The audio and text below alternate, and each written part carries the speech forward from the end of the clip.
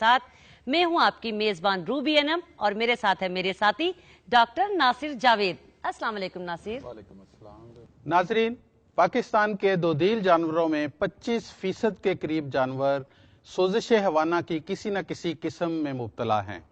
Dairy farming के कारोबार में मुआशी तौर पर सबसे ज्यादा नुकसान पहुंचाने वाली बीमारियों में साड़ू या मस्टाइटिस सरे फहरिस्त हैं। ये बीमारी कैसे नुकसान पहुंचाती है और इससे कैसे बचा जा सकता है, इसकी जानकारी के लिए आज हमने अपने स्टूडियो में दावत दी है जनाब डॉक्टर मोहम्मद अशरफ साहब को। डॉक्टर मोहम्मद अशरफ साहब एक बहुत बड़ी मल्टीनेशनल कंपनी से वाबस्ता रहे हैं। अस्सलाम वालेकुम डॉक्टर साहब। वालेकुम सलाम। डॉक्टर साहब, हम इस प्रोग्राम में आपको खुशामदीद कहते हैं। डॉक्टर साहब, साड़ू क्या है और इसकी कितनी इकसाम है? साड़ू हवाना जो है जानवरों का, उसकी सोजिश को कहते हैं और इसकी दो इकसाम हैं। एक तो मख्फी हालत होती है और एक वाज़ह हालत होती है। मख्फी हालत में मालिक जो ज़िम्मेदार है उसको दूध में या थनों की सोजिश में कोई तब्दीली नज़र नहीं आती, लेकिन बीमारी दूध में अपना असर कर रही होती है। और जो वाज़ह होती है उसमें थन की सोजिश हो जाती है, दूध में खून आना शुरू हो जाता है और दूध को फुटकड़ियाँ बन जाती हैं, उसको कहते हैं, यानी कि दूध फट जाता है। तो ये इसकी दो वाज़ह अलामत है। एक तीसरी अलामत भी है, अगर उसका इलाज ना किया जाए तो देर के बाद जो थन सख्त हो जाते हैं और उसमें अजाफी जो पत्थर जैसे कहते हैं कि हमाना पत्थर जैसा हो गया, तो उसमें उसकी फाइब्रोसिस हो जाती है कहते हैं। तो ये उसकी आखिरी हालत। डॉक्टर साहब, ये तो इसकी इकसाम हो गई। हमें ये बताइए कि ये बीमारी कैसे फैलती है? अगर कोई जरासीम है तो वो कैसे जानवर के जिस्म में दाखिल होते हैं? ये एक डॉक्टर साहब जरासीम ही होते हैं मुख्तलिफ किस्म के, जो बाहर से थन के अंदर दाखिल हो जाते हैं। जब अंदर दाखिल हो जाते हैं तो फिर अंदर दूध भी होता है, तो वहाँ ये बैठ जाते हैं, वहाँ उनको ग़िज़ा मिलती है और ये जल्दी ख़त्म नहीं होते।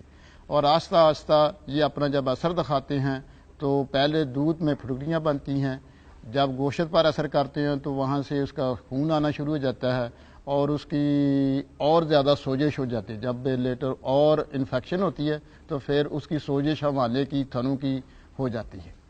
तो इस तरह दूध की पैदावार भी बहुत ज़्यादा फिर कम हो जाती है, बल्कि दूध आना थनों में ख़त्म हो जाता है। ये जरासीम होते कहाँ हैं? ये जरासीम ज़मीन पर, पानी में और जो हाथ हैं वहाँ होते हैं और हर जगह ये होते हैं। और जो मशीन से मिल्किंग की जाती है, अगर उसकी सफाई न की जाए तो वहाँ होते हैं। ख़ासकर जब थनों से दूध निकाला जाता है तो जो थन का मुंह है वो खुला रहता है 15-20 मिनट दूध निकालने के बाद। अगर उस वक़्त जानवर किसी भी गंदी चीज़ को टच कर जाए, यानी कि ज़मीन को, जहाँ गोबर हो, गंदा पानी हो या मशीन के अंदर सफाई ना हो, तो उस वक़्त वहाँ से जो जरासीम सराद करके हवाने के अंदर चले जाते हैं। और इसके जो वाज़ह दो मौसम भी ऐसे हैं जब कि ये बीमारी बहुत ज़्यादा असरात करती है। एक तो उस वक़्त जब कि ये स्ट्रेस का मौसम होता है, जिसको कहते हैं रेनी सीज़न, यानी कि जुलाई, अगस्त और सितंबर का कुछ हिस्सा। और दूसरा जब और स्ट्रेस मौसम आता है जो सख्त सर्दी की वजह से, जो कि दिसंबर और जनवरी है। ये इन दोनों मौसमों में बहुत ख़तरनाक है और ये जल्दी बीमारी सरात कर सकती है। एक और मौसम जो जानवर के लिहाज से इसकी हालत है कि जब ये अभी इसने बच्चा ना दिया हो, 15-20 दिन या महीना पहले थनों में दूध आ जाता है। अगर पहले से जरासीम वहाँ मौजूद हैं, जब दूध आता है और दूध निकाला नहीं जाता क्योंकि अभी बच्चा नहीं दिया, तो उस वक्त भी सबसे ज़्यादा डेंजर होती है कि वो बीमारी इसमें सरात करती है और हवाना फूल जाता है, गर्म हो जाता है, सोजिश होती है और ज़िम्मेदार समझता है कि ये तो वैसे ही दूध आ रहा है, लेकिन हालांकि ये दूध आने से मुख्तलिफ है, चूँकि उसकी सोजिश और चमक जो उसको बताती है कि इसके अंदर इन्फेक्शन है। और जब ज़िम्मेदार हाथ लगा के देखेगा थन के हवाने के ऊपर तो वो गर्म होगा और लिश्क रहा होगा। डॉक्टर साहब, ये साड़ू से मुआशी तौर पर जिम्मेदार को क्या नुकसान पहुंचता है? साड़ू की बीमारी या सोजिश हवाना जो मुआशी तौर पर सबसे ज़्यादा ज़िम्मेदार को इसकी वजह से नुकसान होता है। अंदाज़ा लगाइए कि अगर एक सुए में 1 से 2 किलो रोज़ाना दूध कम हो तो वो सुए का 300 से लेके 400 किलो दूध कम हो जाता है, जिसकी मालियत तकरीबन 9,000 से 12,000 रुपया है। और अगर थन ज़ाया हो जाए तो जो जानवर की कीमत है उसमें कमी آدھے سے بھی زیادہ ہو سکتی ہے۔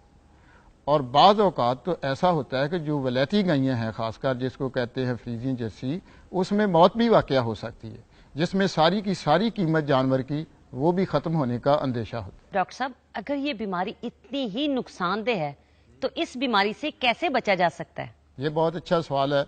اس سے جو ذمہ دار حضرات ہیں ان کو یہ دیکھنا چاہیے کہ وقفے سے 15 دن سے اس کا جو مخفی بیماری ہوتی ہے اس کا اندازہ لگانے کے لیے CMT کیلیفورنیا مسٹائٹس ٹیسٹ ہم کہتے ہیں وہ، یا سرف ٹیسٹ، وہ اگر کریں تو اس سے ان کو پتہ چل جائے گا کہ یہ بیماری اگلے 15 دن میں آنے والی ہے یا کہ نہیں۔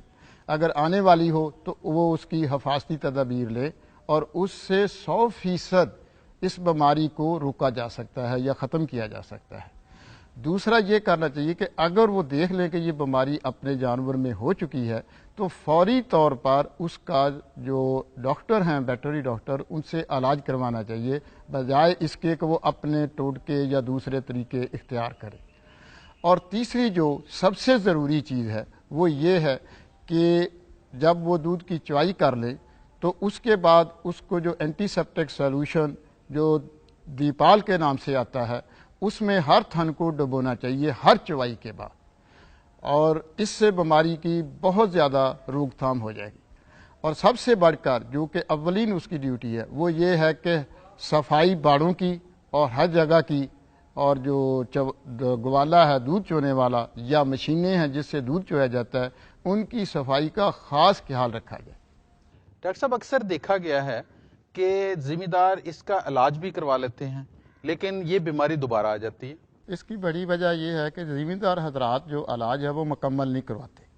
ڈاکٹر کا جو بتایا ہوا ہوتا ہے کہ بھئی یہ 10 دن یا 5 دن منیمم کرنا ہے تو اس دن پورے علاج کرنا چاہیے۔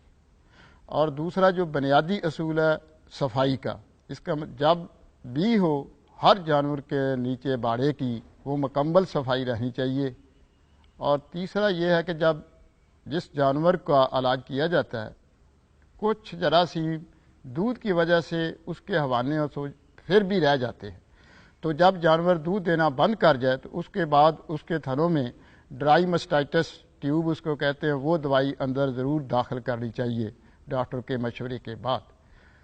اور تیسرا یہ ہے کہ جب بھی اس کا دودھ دھویا جائے تو اس کے تھنوں کو جو اینٹی سیپٹک سولوشن ہے دیپال یا اور بھی بہتر جو مارکیٹ سے ملے اس میں دودھ دھونے کے بعد تھنوں کو ڈبونا چاہیے۔ آئیے ناظرین